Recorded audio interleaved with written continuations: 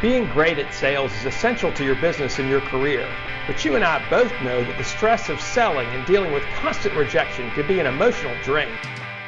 My entire brand, No BS Selling, is based on the belief that professional sales is a skill and not a personality, and that to be better at sales takes constant refinement and a dedication to your craft. This show is for salespeople and entrepreneurs who are committed to improving their sales skills and getting better results, and are sick and tired of the BS game that often happens between buyers and sellers. Welcome to the No BS Sales Podcast, and I'm your host, Walker McKay. I'll help you and your sales team make selling easier, feel less cheesy, and be more lucrative. It's time to change the rules and level the playing field between you and the people you sell to. You're already good, let's be better. Welcome to No BS Sales School, and I'm your host, Walker McKay. I'll talk to you today about one of my favorite words that I learned from a friend of mine. And I want you to listen today because this episode is all about commitment. It's all about commitment. And I just achieved a big milestone in the last week for my business. And I want to attribute some of that to some words that were shared to me by a friend of mine a long time ago. I was in the commercial real estate business, as some of y'all know, about, 20 years ago. And I was mediumly successful at best, and then not consistently mediumly successful. And a friend of mine who started about the same time I did, Ben Kelly, we were riding the beach together for some kind of a corporate retreat, drinking retreat, right? And we were riding together, and I was just talking to Ben, and I said, you and I started about the same time, and we've been working about the same amount of time, and you're making about $300,000 a year, and I'm making somewhere average around 70. What the hell's the difference? And Ben looked at me and he said, well, you're no smarter than me. I'm no smarter than you. He said, we work about the same number of hours. He said, what I would tell you, what I think the difference is, Walker, he said, is commitment. I said, what do you mean? He said, Walker, my dad died when I was young. My mom, who wasn't used to working, had to go work to take care of her 3 wild boys. Said she busted her ass. And said, now I'm married, I've got children, and we live in a very simple house. And he said, and I got my brothers to look after and my mom.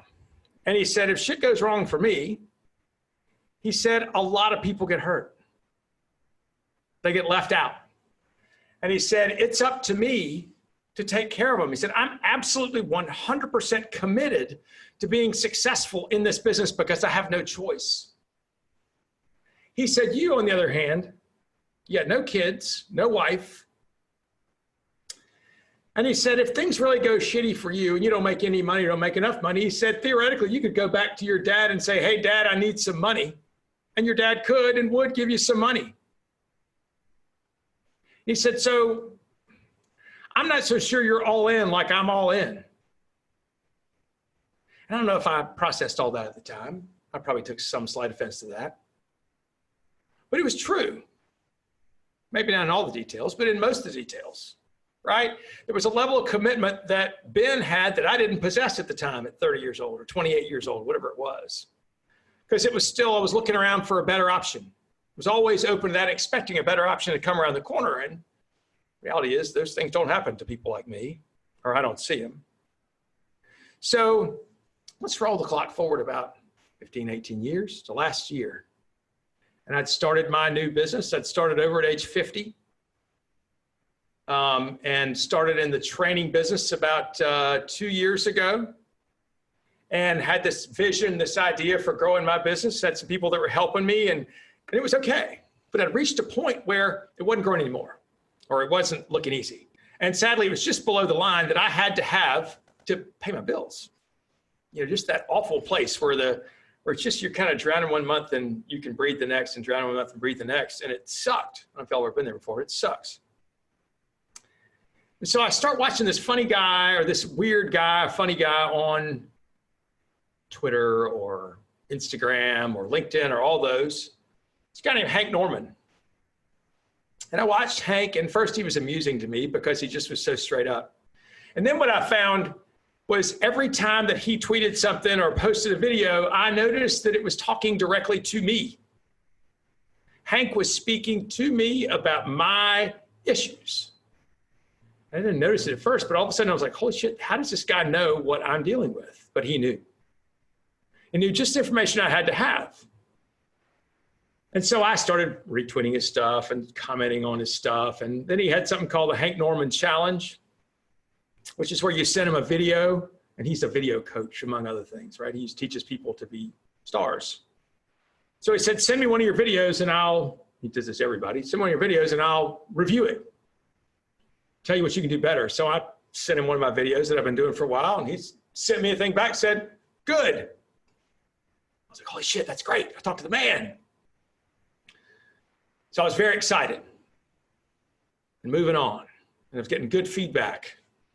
And I said, you know what? Then I started to watch more. I started to get more and more involved. And I realized that, boy, he had a real talent for speaking to his audience one-on-one. And how did he do that? And what was it that he was doing to speak directly to his audience as if they were the only one, each person, like he was talking to me? And I started thinking, if I could do that,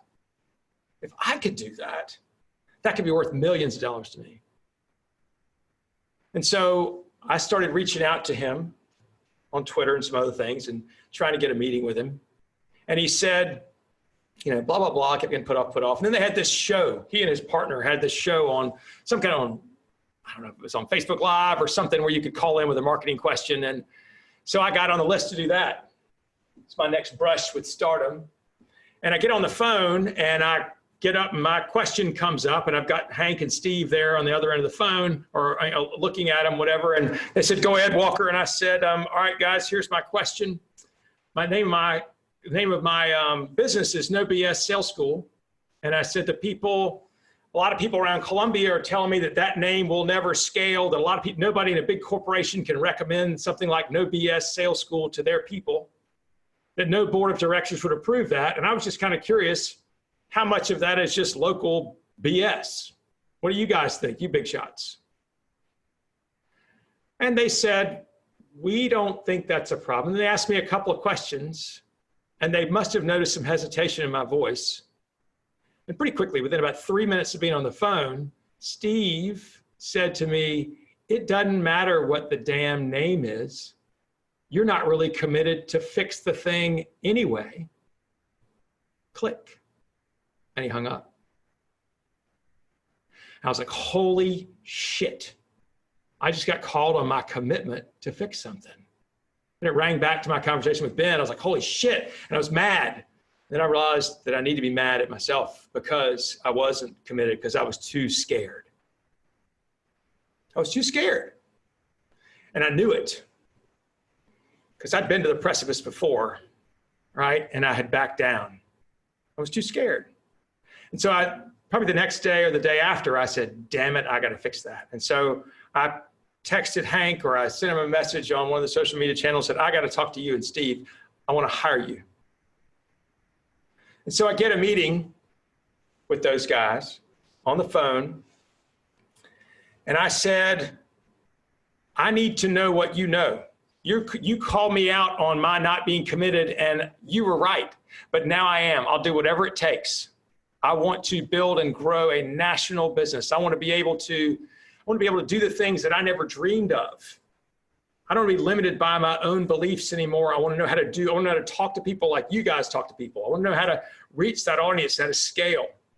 And I don't know how to do that. Don't know anybody else who knows how to do that. Not around here. You guys know how to do that. And they said, well, how much money do you have? Here's the kicker. I said, none. They said, what do you mean? I said, shit, man, I'm just trying to pay my bills. And they said, well, how are you going to hire us? I said, I'm going to go borrow it. I don't care what it costs. Whatever it costs to hire you guys so that I can learn to scale my business, I'll make it back 100 times over at least. And I took a big gulp, and they kind of laughed. And they gave me a number. It was a big number. And I said, all right, I'll call you back tomorrow with the money. So I went to my banker, told him the story, told him how much money I needed. He said, okay. So I called them back the next day and I said, I'm ready to send you the money. They said, you don't even have the contract yet. I said, I need to hire you. I know you'll help me. I'm committed. So they made me read the damn contract and we started working together. So pretty soon what they said was, in our first day, they said, all right, here's what you're going to do. We're going to create a course that you're going to be able to sell, an online course you'll be able to sell. You're going to do a podcast. We're going to up your video game because it sucks. It didn't suck, but they said there's a whole lot you can do better there. And we're going to up your social media game, show you how to do that. And your business is going to scale. I was like, okay, whatever it takes, I'll do it. And so I started around this time of last year. I flew in New York. Oh, you're not ready. So I worked with them for about a month, and I had to totally reprogram myself as I continue to do all the time. And all the stuff I thought was normal and good and right was wrong. And I had to challenge and do all these things that I didn't know anything about. Right. So the first part was this course. I have about 1,000 hours of material in my head, probably 1,000 at least. What I found out about this course thing was it's going to be about 12 modules, and I needed to boil everything I knew down to about 6 hours. The basics. What are the basic tenets that people have to get? And so I started working on it, and some of you know me, I've got this ADHD thing where everything in my brain is jumbled. So they helped me work through and begin to organize in big pictures. And then we wrote the damn thing out. And then we had to put it in a format that made sense. And then I had to learn it. And then I had to rewrite it. Meanwhile, I'm starting a podcast. I'm doing videos every day, trying to grow my business, working probably 60, 70 hours a week. I'm thinking, I'm committed. Damn it, Vin Kelly, I'm committed. Damn it, Steve, I'm committed. So we go through. And now 6 months go by and my business is starting to get better. The cash flow is not tremendously better, but I'm building a foundation. And I'm looking out and I'm going, all right, I can see a year out and things look really good. I just have to keep my foot on the accelerator. And I got a couple of wins and I began to think in my head, wow, I'm going to have a problem here. I'm going to get too much to do. And I realized that was self-limiting thinking and that I needed to close the business and I could figure it out. And what I needed to do was to raise my minimums. So I did that. And I had a bunch of people tell me no, and I kept going. And I kept working on the podcast, which the first 10 episodes, my podcast coach, Janny, said, okay, those suck. Very specific about why they sucked. And here's what you need to make them better. And I was like, oh my God. So I did 11 through 20. She goes, slightly better, not much better. It's going to take a long time. And my videos, a little bit at a time, getting better and better and better, not getting a whole lot of traffic like I wanted. The course stuff was a mess, just working through it. But this is where I had to go, right? The course was what I needed to have for materials for my program and what I could go sell online to people who just want to know more about the No BS sales process, who want to get more of what I have. So anyway, I went last week. I flew up to New York. I've done 45 or 46 podcast episodes. I've posted about 150 videos since I've been working with Two Market Media with Hank and Steve. I bet I've got 500 hours into working on the course. I worked the last 4 weekends before I went to New York. I worked 10-hour days, Saturday and Sunday, and then I was working during the week as well with my regular clients and to get the stuff right. And the weekend before I went to New York to go film it, I rewrote the whole damn thing. I had about 100 pages of stuff. And I flew up to New York and I was like, I'm committed. I'm going to make this work. Here I am, the big day. But I still had this daunting project. I know my stuff. I know what my stuff is, but I didn't, I was afraid I was going to forget. And so the night before, I'm the biggest nerd in New York. I fly into town. I go right to my hotel room. I'm reading the script. I'm doing I'm trying to read and memorize and get the process down. And I ended up going to bed at 9:30. And I walked over to this apartment to go meet Anna, who's the producer for this thing, who's been working with me on the content for months. And we had this cool apartment on the west side where we'd rented for the day to do this shooting. It's wow, they have Airbnb for video. So somebody owns this apartment and they lease it to people who do videos to do courses. So we went over there and ran it by the day, and had a videographer there, and for 12 hours, roughly 11 hours, turned the camera on, go. There's module 1, there's module 2, there's module 3. Just go, right? Had to find my voice, had to be alive, had to be awake, had to be passionate about it, had to make it real. Stories had to be real and sound real. And finally, at 7 o'clock that night, we're supposed to be done at 5. We had the apartment till 5. We had to beg to get till 6 and then beg to get till 7. She said, you can't stay after 7. Got it all done. Filmed probably 12 hours of, probably 10 and a half hours of video. We had a 20-minute lunch break on that we were filming. And will end up being, when it's produced, it'll be about 6 hours, dozen modules of the No BS sales project process, questioning strategies, mindsets. It's going to be kick-ass. I'm really excited about it. But as I left there that evening, as I left that apartment and the filming, I was exhausted and I was elated. And I thought about the last time that I was that exhausted and that elated. It was probably when I ran the New York Marathon 19 years before. No, 29 years before. Crazy time.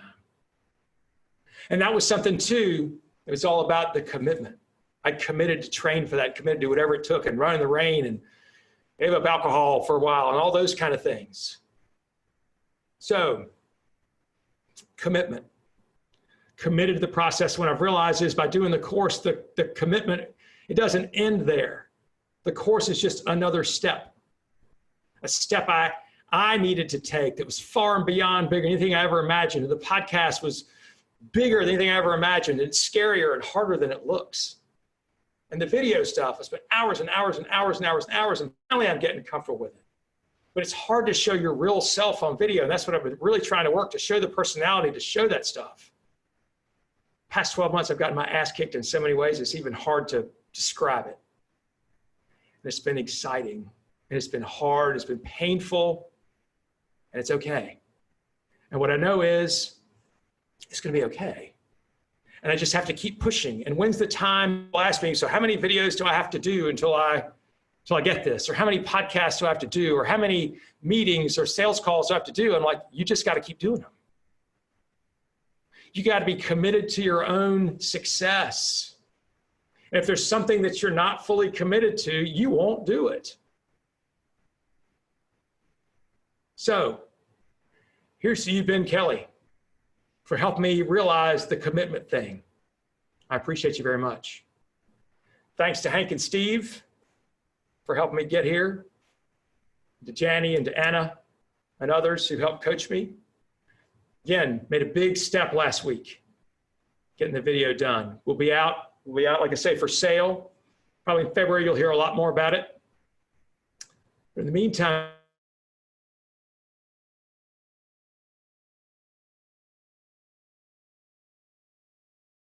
it is you guys, you're reading and sharing my newsletter. It's commenting on videos. It's going to the podcast and rating and reviewing it. That makes a big difference. Those little things that just take you a little bit of time gives me more passion, helps me realize that people are actually listening and paying attention and I'm making a difference.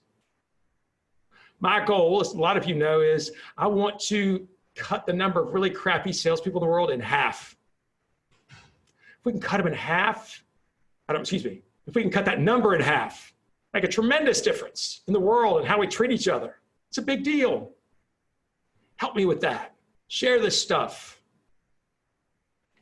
Not really good at motivation. It's not my intent of this. A little bit of crowing to myself, but also to you.